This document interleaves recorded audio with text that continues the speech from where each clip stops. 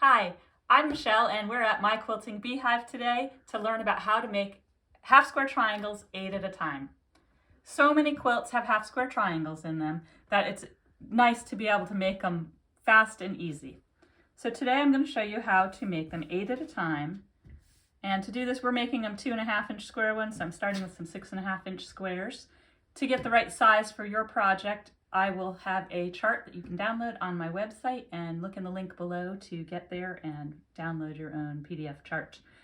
I'm using this ruler today to do some marking. This is the Quilter's Rule Quick Quarter 2, and I'm going to use that to mark my fabric. If you don't have this ruler, I'm also going to show you how to do it with a standard ruler. So let's start here. I have a 6-inch square. I have 2 fabrics, 6-inch square of each.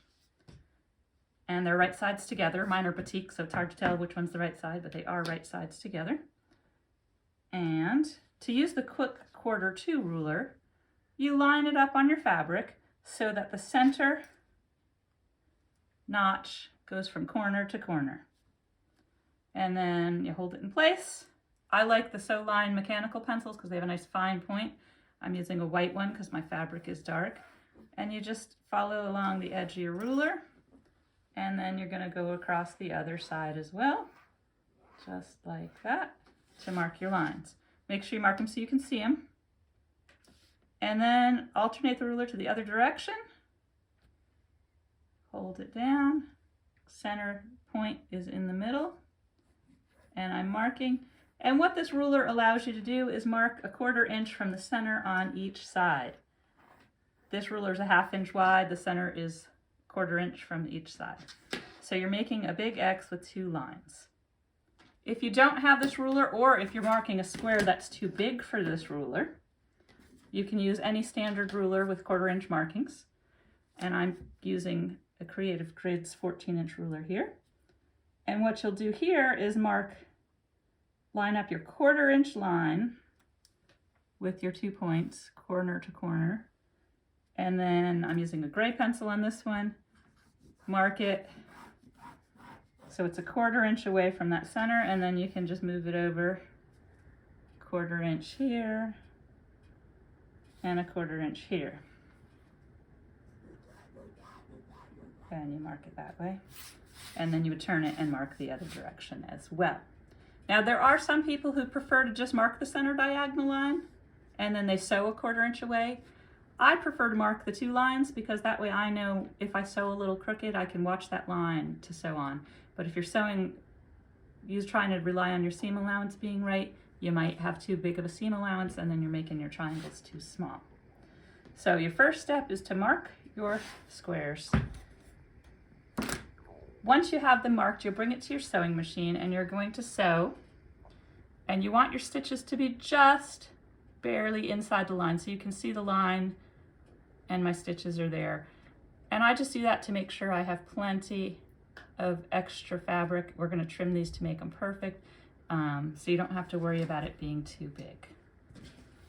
Once you have them all marked, then you're going to cut this into pieces, and you'll end up with 8 pieces when you cut it. This happens to be a 6-inch square, so the center is 3 inches. 3 plus 3 is 6. So I'm lining up my 3-inch line, and you can see it crosses through the center of the X right there. And I'm going to leave it. I'm not going to move my fabric. I'm going to cut it, leave the fabric in place, and then turn your ruler. Line it up 3 inches on each side. It goes through the center X and cut that way. Now still don't move your fabric. I've cut in 4 pieces right now, but we need 8. So now we're going to cut on the center diagonal from corner to corner. I'm lining up my ruler corner to corner. Very careful. And I cut that one. And then you're going to line up your ruler again, corner to corner, going the other direction. So you're making 4 straight line cuts, corner to corner.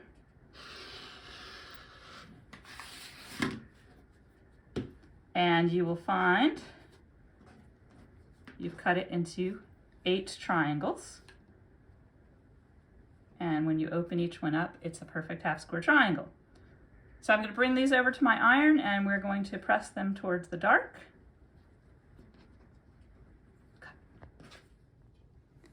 When you get to your iron, I line mine all up so the dark fabric is on top and they're pointing to the right because I'm right-handed. I'm going to set my seam. Just touch it with the iron, makes that thread sink right in there and heats it up. Then I'm going to use my fingers to open it up so the seam allowance is staying on the dark side. And then use the side of my iron, just gently push it open. And you don't want to scrub it around because triangles are stretchy. You want to just make sure you just press it down flat. And there you go. So again, you were setting your seam, opening it up to press the fold towards the dark fabric, the seam allowance toward the dark, and then use your side of your iron to make sure it stays nice and open. And you'll just repeat that with all of your blocks. Once you have all your pieces pressed, you're going to trim them. Making the 8 half square triangles this way, you make them a little bit larger and trim them so they're perfect every time. You'll need a square ruler that has a diagonal line on it, and that's a 45-degree angle that you will line up on your blocks as you're squaring them up. These ones are going to be trimmed to 2.5 inches. I will start by putting my ruler on.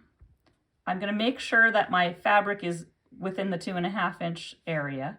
I don't want to, if I go down too far or cut off too much, I won't have 2.5 inches anymore. So I'd cut off as little as possible on the first cut. My center diagonal line on my ruler is lining up with the line between the 2 triangles. I'm going to trim off a little bit off the top and a little bit off the side. Push your scraps away and then rotate your triangle around and line your ruler up. Now the second time you line your ruler up, you should be at 2.5 inches here and 2.5 inches here, and your center diagonal should still line up on the center diagonal between the 2 triangles. And then hold your ruler steady, and there you go. And now you have a perfect half square triangle.